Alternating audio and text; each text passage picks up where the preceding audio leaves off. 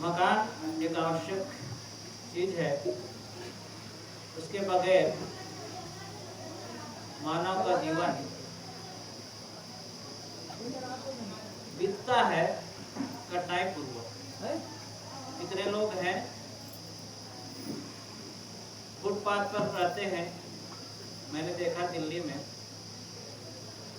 दिन भर बेचारे रिक्शा चलाते हैं और रात में फुटपाथ पर सो जाते हैं, रिक्शा पर ही सो जाते हैं, चाहे वो ठंडी हो गर्मी हो। बरसात में कैसे करते होंगे पता नहीं, पर ठंडी में देखा, गर्मी में देखा, बरसात में भी कुछ ढक लेते होंगे या जैसा भी करते होंगे, इधर उधर बिछा देते होंगे। तो इस ढंग से लोगों का जीवन भी चलता है, मजबूरी है, पर ऐसा कोई जीना नहीं चाहता है, पर करे क्या, जीवन मिला है और ऐसी व्यवस्था नहीं बनी है, मजबूरी में जीना ही होता है, एडजस्टमेंट करना ही पड़ता है। पर हर आदमी की चाहत होती है कि एक ऐसा मकान हो जिसमें सुकून मिले, ठंडी बरसात गर्मी से शरीर को आराम मिले। ऐसे हम सबकी चाहत होती है, हमारी आवश्यकता है।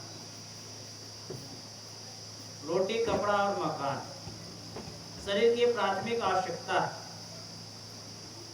ये जब पूरी हो जाती है तब फिर और जीवन इतने पर्याप्त नहीं है, इतनी तो आवश्यकता हमारी है, मूल आवश्यकता है, पर इतने से हमारा जीवन पूरा नहीं होता। हमें सुख और शांति इतने से मिल जाती है, ऐसी बात नहीं। इसी मकान में लोग रहते हैं और लड़ते भी हैं आपस में। जितने बड़े मकान, जितने बड़े बड़े भव्य मंजिला मकान है, ऐसे घरों में लड़ाइयाँ और ज्यादा होती। बल्कि जिसके जो अभाव में जी रहे हैं, गरीबी में जी रहे हैं, आपस में जो रहने वाले लोग हैं वो मेल के साथ रह लेते हैं, तालमेल के साथ रह लेते हैं। और जितना हम संपन्न कहते हैं उतने ही घरों में और ज्यादा झगड़ा चलता है। क्यों? क्योंकि समझ न होने के कारण। समझ के लिए काम किया नहीं। हर आदमी यही सोचता है घर बन जाए, गाड़ी हो जाए, खाने पीने को पर्याप्त साधन हो जाए, इतने तक आदमी सोचता है। एक अच्छा जीवन हो जाए, इसके लिए बहुत कम लोग सोचते हैं। अच्छा जीवन होता है अच्छी समझ से, और अच्छी समझ आएगी कहाँ से? ये साधु गुरु संतों के संगत। अच्छी संगत से हमें अच्छी बुद्धि मिलती है। अच्छे लोगों का साहचर्य आवश्यक है। संसार में अच्छे लोगों की कमी नहीं है, पर हमारी दृष्टि उधर है ही नहीं। जब हमारे लक्ष्य में नहीं है तो उधर हमारी दौड़ कैसे होगी और चीज कैसे मिलेगी? इसलिए अच्छी समझ के लिए काम करें।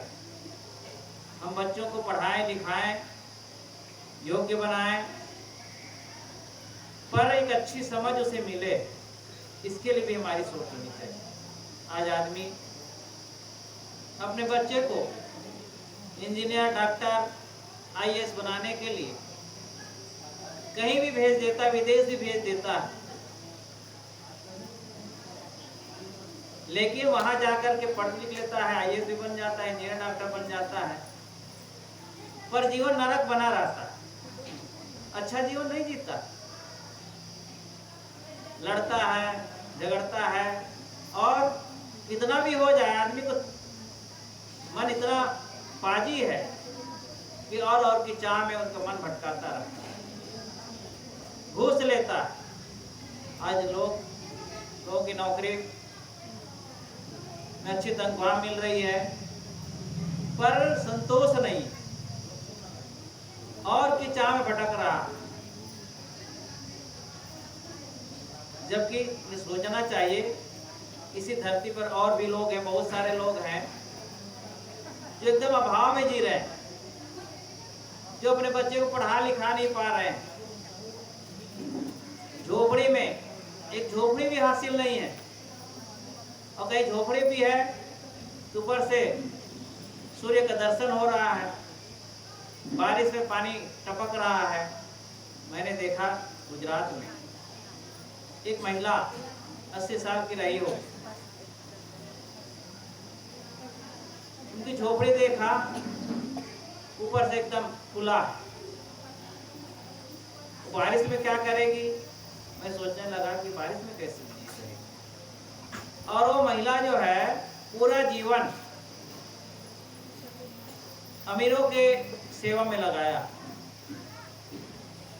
और जिनकी उन्होंने सेवा की उन अमीरों को उनकी कोई परवाह नहीं। अरे कम से कम एक तो मकान का एक कोना दे देते, या एक आठो छोटा सा बढ़िया सा छोटा ही कमरा बना देते। और उन अमीरों ने जिनके हम उन्होंने काम किया, बड़े बड़े मकान है, 2 मंजिला 3 मंजिला मकान है, और रहने वाला कोई नहीं, उनके लड़के बच्चे सब विदेश में चले गए, घर में कोई नहीं है। अब वो सुना पड़ा है, लेकिन वो महिला के लिए वो झोपड़ी में जीने के लिए मजबूर है, और उस मकान में उन्होंने काम किया, बनाया। तो क्या है ये? अव्यवस्था है, मानव की सही समझ न होने का परिणाम है। नहीं तो सोचना चाहिए कि दुनिया का हर आदमी को एक अच्छा मकान चाहिए। जिसके पास अच्छा मकान हो गया उन्हें सोचना चाहिए, उन लोगों के लिए सोचना चाहिए, क्योंकि उनके पास धन है, आवक है, तो करेंगे क्या। इतने लोग हमने देखा, एक मकान हो गया तो पैसा है, दूसरा मकान बना दिया, और कहीं दिल्ली में, कहीं बॉम्बे में, और रहने वाला कोई ना, किसी के उपयोग नहीं आ रहा। इसका क्या मतलब? मेरे मामा का लड़का है, उनका मकान रायपुर में है, एक दुर्ग में बड़ा भारी मकान, और दोनों जगह तो रहेगा तो एक ही जगह, रायपुर में रह रहे हैं, और सभी लड़के सर्विस में हैं, अच्छी सर्विस में हैं। दुर्ग का मकान खाली पड़ा है, चौकीदार रख दिए हैं, चौकीदार के लिए लाभदायक है, आराम से रह रहा है वहाँ, पर पूरा मकान खाली पड़ा है। गांव भी मकान बना दिया है, तो गांव मकान बना दिया है, उसको तो कम से कम धर्मार्थ के रूप में बना दिया है। गांव के लोग वहाँ पर शादी ब्याह कुछ भी ऐसा फंक्शन करना होता है तो करते हैं, तो उसका सदुपयोग हो रहा है। तो आदमी सोचता पैसा है तो कहीं जमीन खरीद दो, कहीं मकान बना दो, पर वो इतने लोग अभाव में जी रहे हैं, उनके लिए सोच नहीं बनती कि ऐसे लोगों के लिए हम कुछ मदद करें, उसकी शिक्षा के लिए खर्च करें, उसके लिए और सुविधा जुटाएं, पैसे का सदुपयोग करें। इस तरह से कम लोग सोचते हैं। तो जो इससे तृप्ति नहीं मिलती, लेकिन आप जब किसी के लिए धर्मार्थ सेवार्थ कुछ काम करते हैं तो आपको तृप्ति मिलती है, और अंत में आपको पछताना नहीं होता। आपने अपना समय धन किसी के लिए लगाया है तो आपको तृप्ति मिलेगी। यही धर्म है। तो धर्म के कार्यों में हमें योगदान करना चाहिए, और हर आदमी की खुशहाली का भाव रखना चाहिए। दुनिया का हर आदमी खुशी से जीवन जिए, सबको मुहैया हो, मकान का, रोटी का, कपड़ा, ये सारी चीज़ें सबको मिले, कोई अभाव में ना जिए, ऐसा कम से कम भाव तो रख सकते हैं। ऐसा हम सबके लिए कर पाए, ऐसा तो नहीं होता है कि हम सबके लिए सहयोग कर पाए, उनको अर्थ दे पाए, सबकी व्यवस्था कर दें, पर हम अपने अंदर भाव रख सकते हैं, अच्छा भाव रख सकते हैं। ये भाव ही हमें सुख मिलता है, और सुख हम चाहते हैं। तो आज ये मकान का उद्घाटन हुआ, संजू ने और उनके माँ बाप ने खूब परिश्रम किया, धन एकत्र किया, तब ये सफलता मिली। तो सफलता में खुशी होती ही है। जब खुशी होती है तो आदमी उसको बांटना चाहता है। आज वो खुशी हम सबके साथ शेयर कर रहे हैं, हम लोग उसमें भागीदार हो रहे हैं। तो ऐसे ही हम हमेशा औरों के लिए भी सोचे। सभी लोग इस दुनिया के एक भी व्यक्ति अभाव में ना जिए, एक भी व्यक्ति के पास है ना हो तो उसके पास रहने के लिए घर ना हो।